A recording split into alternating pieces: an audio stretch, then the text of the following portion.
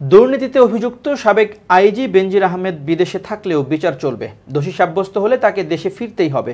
সরকার কোনো ছাড় দেবে না বলে জানিয়েছেন সড়ক পরিবহন ও সেতুমন্ত্রী ওবায়দুল কাদের। রাজধানীর ধানমন্ডিতে আওয়ামী লীগ সভাপতির কার্যালয়ে রোববার এক সংবাদ সম্মেলনে তিনি একথা জানান। আওয়ামী লীগ সাধারণ সম্পাদক বলেন, বেনজির আহমেদের ঘটনায় দুর্নীতি দমন কমিশন তদন্ত করছে।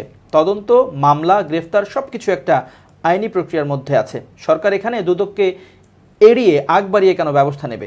সরকারের দুর্নীতি বিরোধী যেসব সংস্থা আছে তাদের কোনো ব্যর্থতা থাকলে তারও বিচার হবে।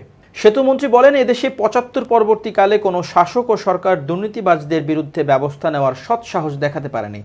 শেখ হাসিনার সরকার সেটা দেখিয়েছে।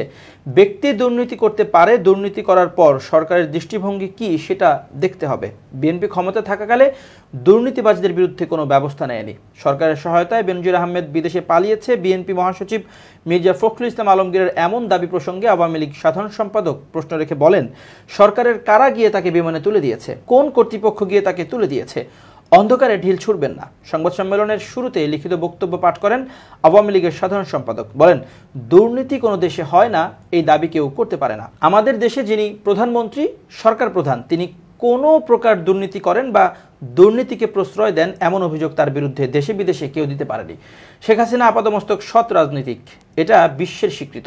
তার জনপ্রিয়তার মূলে তিনি অত্যন্ত পরিশ্রম ও সৎ জীবনযাপন করেন।